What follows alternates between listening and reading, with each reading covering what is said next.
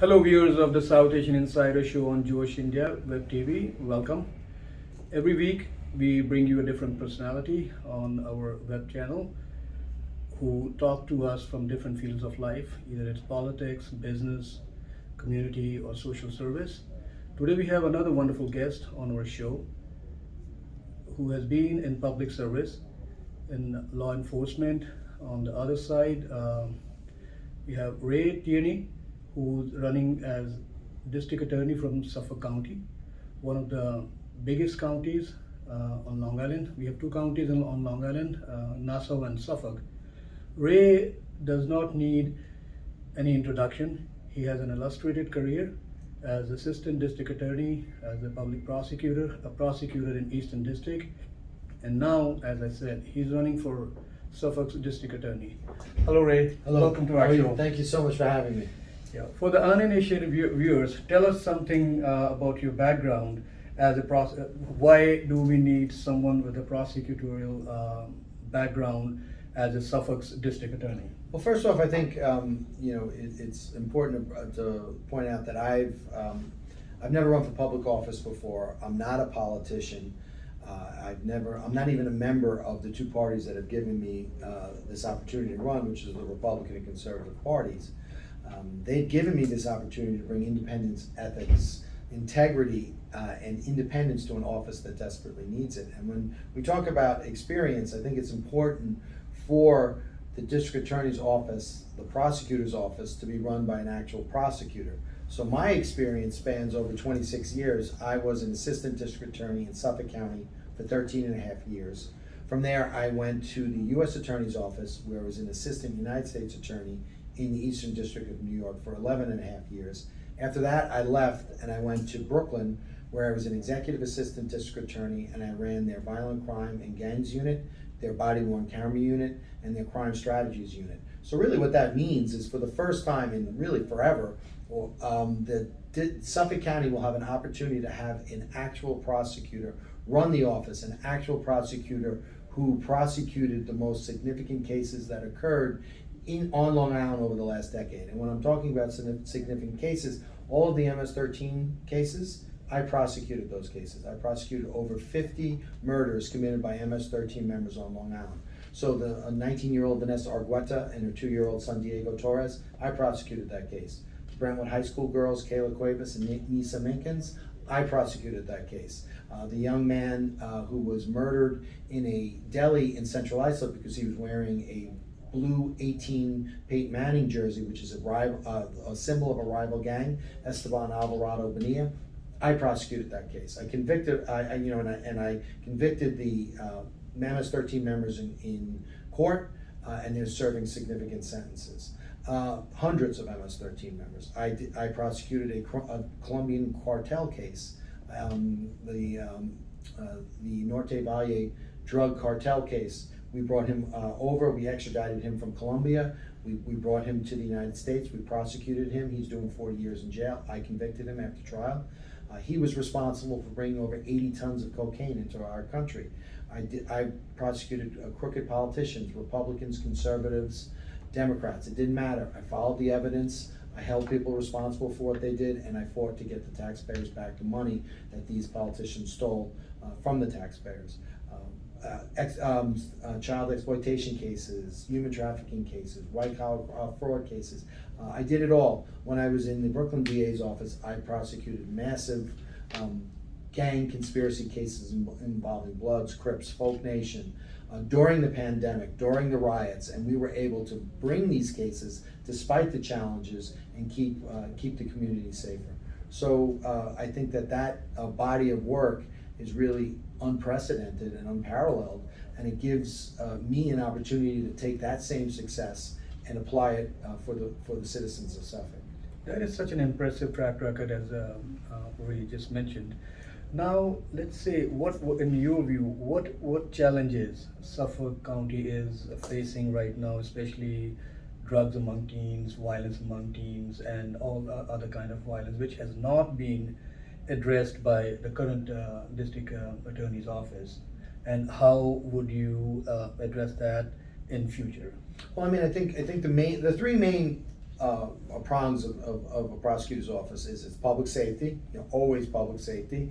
It's fairness, and it's community outreach. So when you talk about public safety, we talk about the opioid crisis, and Suffolk County leads the New York metropolitan area in opioid overdose deaths by pretty much a long shot over Queens, Brooklyn, and Manhattan, and a slight bit over the Bronx, and that's just unacceptable. We have to do something about that. There are several active and ongoing gang wars going on in Suffolk County that are not going addressed. And not being prosecuted properly. I've done that my entire career, so I will continue to do that in Suffolk County. The opioid crisis, the overdoses is caused by fentanyl. Right now, fentanyl is coming across our undefended border in powder form. It's coming to drug dealers in Suffolk County. Fentanyl is 100 times stronger than morphine. So what the drug dealers do is they take a kilo of cocaine, which is about $30,000, and they stretch that 1 kilo of cocaine to 3 kilos of cocaine, which of course weakens it. So then they take this very powerful narcotic, fentanyl, and they sprinkle it in, and then they sell it. But it's so powerful that if there's just a slight misjudgment, and of course drug dealers are not trained chemists, so once a little bit too much fentanyl and people die. And so what you need to do is you need to be aggressive to go after those individuals who would harm our citizens in Suffolk County. So there are two elements. I interviewed another candidate recently for a district attorney. There is always prosecution, but there is also prevention and education, especially among minorities who do not know, like especially the kids, when they say they're gateway drugs. So what is your vision about like instead of in education terms, prevention? How do you have a plan? And if yes, share with us.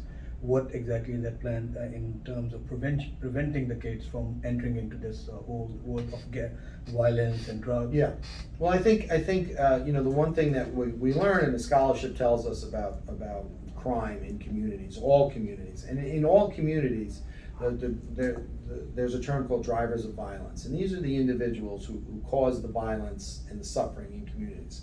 And in any community, statistically speaking, these drivers of violence, very small percentage, 1.5%, and they are causing a disproportionate amount of the violence in the community. So those individuals, you have to have sort of, no holds barred. You have to go after that small percentage.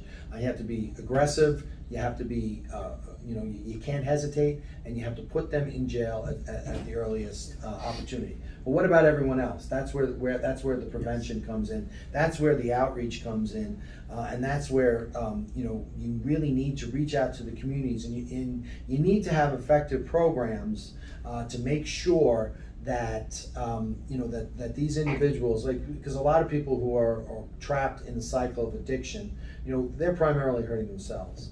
And so what we need to do is we need to develop programs that we can help them with. And part of the platform that I'm running on is because I've never been a member of a political party. I'm completely independent. I'm independent from the county executive. I'm independent from the police department. I'll work for them. I'll support them, but I'm independent from them. And when it comes to law enforcement issues, I am the chief law officer in Suffolk County. So I'll make those decisions. But when you're talking about addiction, we need effective partners. And we have an excellent sheriff in Suffolk County, Errol Toulon. We'll work with Errol Toulon's office to pool our resources to try to help and have this community outreach, this education, and this treatment. But also we need good partners. We need good partners to help with addiction and other services. So we need you need a multi-pronged approach. Yes. First and foremost, the individuals and I'm going to disincentivize the use of fentanyl in our communities, because if you're a drug dealer and you're caught with fentanyl, you're going to be put on a whole different level, and those individuals are going to be aggressively prosecuted, because if you're mixing in fentanyl with cocaine and you're doing that for profit, you are playing with people's lives. You are making money off of the lives of other people, and you are putting everybody at risk. So you're going to be treated differently than certainly a person who's addicted to drugs. Great, and that was such a wonderful insight into like what actions your office will take. There's another thing. Our channel primarily caters to South Asian community, and in recent times in Nassau and some other counties as well, there have been some cases of discrimination. Also, there has been like there's a very prevalent issue among South Asian community like elderly abuse. It starts at their own homes. Same thing happens with the kids as well. There's another, as I said, I interviewed another candidate, and they had a plan to put together some kind of task force, which primarily may be represented by some members of the community who can bring forward, because it's considered also taboo among the communities, ethnic minorities, to come forward. There have been cases where like they have been sexually abused among the family members, but they haven't come forward. There have been cases where the elderly abuse has happened, financial fraud has happened, and other stuff, but people are afraid to step forward. So your office, I am sure you might have plans to address, bring South communities, especially as I said, our channel represents a South Asian community. Would you like to share some of those plans? Sure, and that's a great question. It has a lot of parts to it. So what I'm going to do is I'm going to address each of the parts in no particular order. But so when we talk about, first of all, we talk about the Southeast Asian community. It's an unbelievable community. It's a growing community on Long Island. Yes. Unfortunately, it's had its traditional problems with people who would seek to attack their members based on race, creed, national origin, whatever you have. And this is unacceptable, and that will be communicated through my office, that if there are any hate crimes, it's unacceptable. That isn't what Suffolk County is about. Everybody from Suffolk County came from somewhere else, settled in. We all want the same things. We all want to have a safe community where we could raise our children and prosper. So we're going to ensure that, to make sure that everyone's treated fairly. I've been speaking with members of the Southeast Asian community. I've gone and I've spoke to, in this instance, I spoke with people from the Muslim community, and they're talking about school. They're talking about bullying incidents in school. So this is where the outreach comes in. You know, you're not necessarily going to throw, a 13-year-old in jail for being rude. But it starts with education. Yes. It starts with understanding, and we need to make sure that we can bridge that gap and teach our children, tolerance and really what this country is founded upon and what it's all about, and good citizenship. So we need to foster those programs, and then of course, and you hope to sort of nip it in the bud. But obviously, if that doesn't work, then you have a strong stand and a sort of a zero tolerance policy when it comes to hate crimes. So we talk about that. We talk about elder abuse. I can tell you, I recently lost both of my parents, and they were living in a home. And when I was going out to care for them, at the end stage of their life, the phone was ringing off the hook. People constantly calling,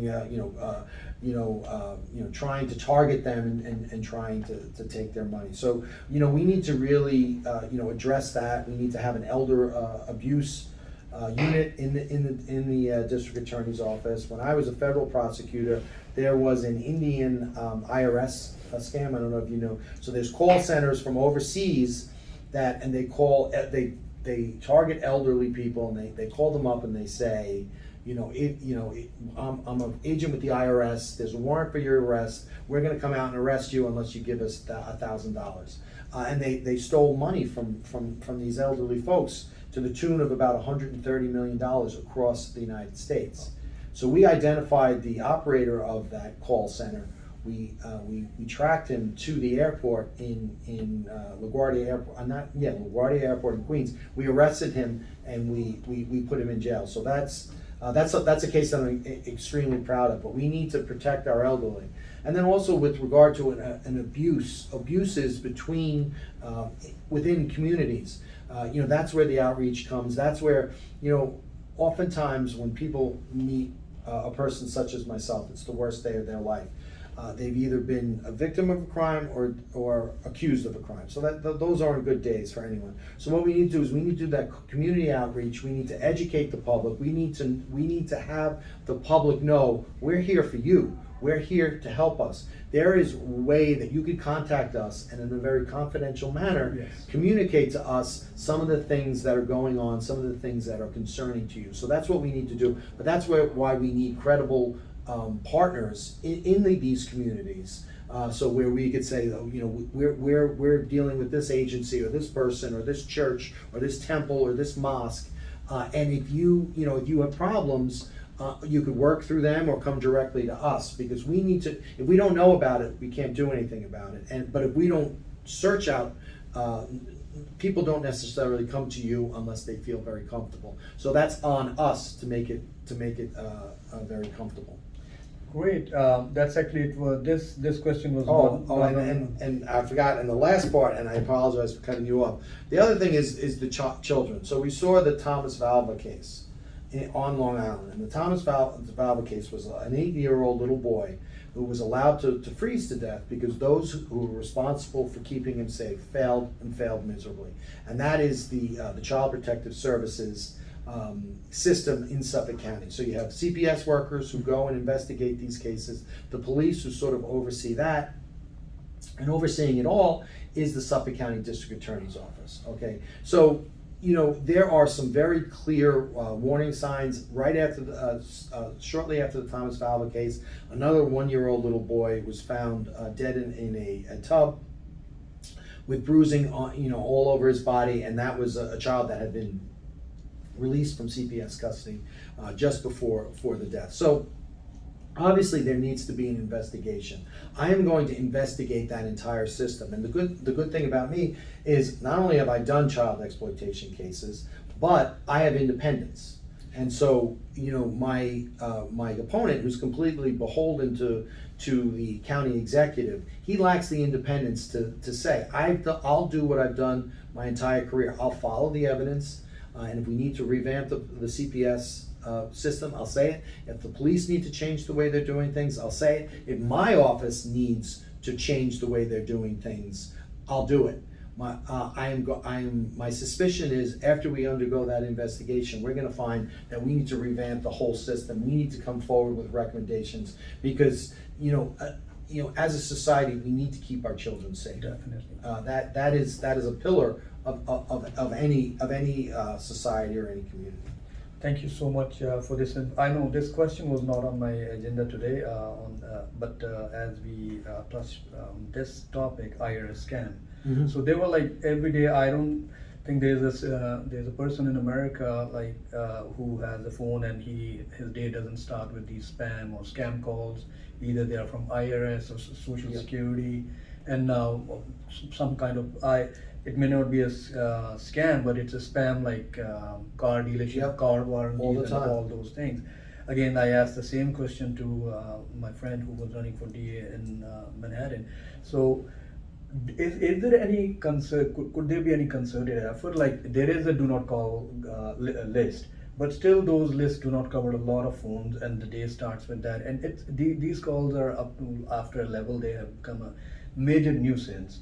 And also it leads to major revenue loss or income loss because you are right into the middle of something and this call buzzes. And then of course the IRS and those scam calls, definitely they rob people of their hard-earned money, especially elderly and vulnerable communities are targeted. So you as you said, your office when you were a prosecutor, you guys caught someone who was trying to flee.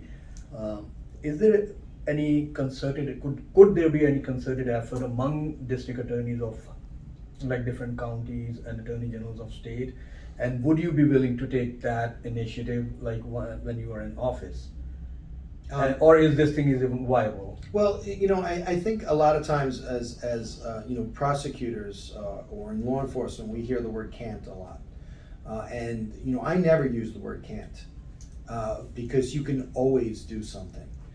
So I can tell you that the IRS tax scam case that I started, the investigators, it was an IRS investigator and from a treasury investigator, and they came to me, and they had been to a number of prosecutors, and those prosecutors said can't. Sure. So I talked to them, and it was based out of the country, and it seemed like it would be very difficult to do. But I said, if you guys put in the effort, I'll do the case. Sure. So they put in the effort, they got me the evidence, I wrote the complaint, and I said, okay, well, now we've written the complaint, that's the easy part, although it was far from easy. And now we have to somehow get the architect of the scheme. Well, life is funny, right? So all of a sudden he came, he had a girlfriend who went to Delphi University. He came right into the lion's den, so to speak. So we got it. So it starts with never say can't. Never say right? Always work, always strive to make that case. But also it comes with you need really great investigators. I would like to sit here and tell you, I did that case because I'm the greatest prosecutor of all time. But really, what really happened is those great investigators really put in the work and did great cases. So when I become district attorney, because I have 26 years of experience across all areas of law enforcement, I'm bringing in those great investigators, and we're going to work. And when you're talking about internet crimes, when you're talking about computer crimes, it knows no boundaries. So so I could have a great program in Suffolk County. Necessarily, my program and my crimes are going to cross, like the IRS scam I did. It was all across the country. So these scams are all across the country. So of course I'm going to work with my partners in Nassau, in Manhattan, Queens, Bronx. But even more importantly, I'm going to work with my federal prosecutors in the Eastern District, where I worked for 11 years, and we're going to strive to build cases together. And listen, my career is my career.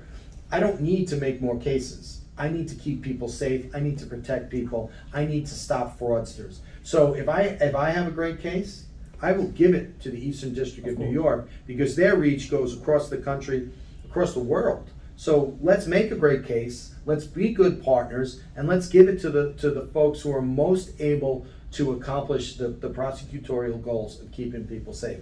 I will certainly do that. Ray, thank you so much for your time. And the election is on November 2nd. November 2nd.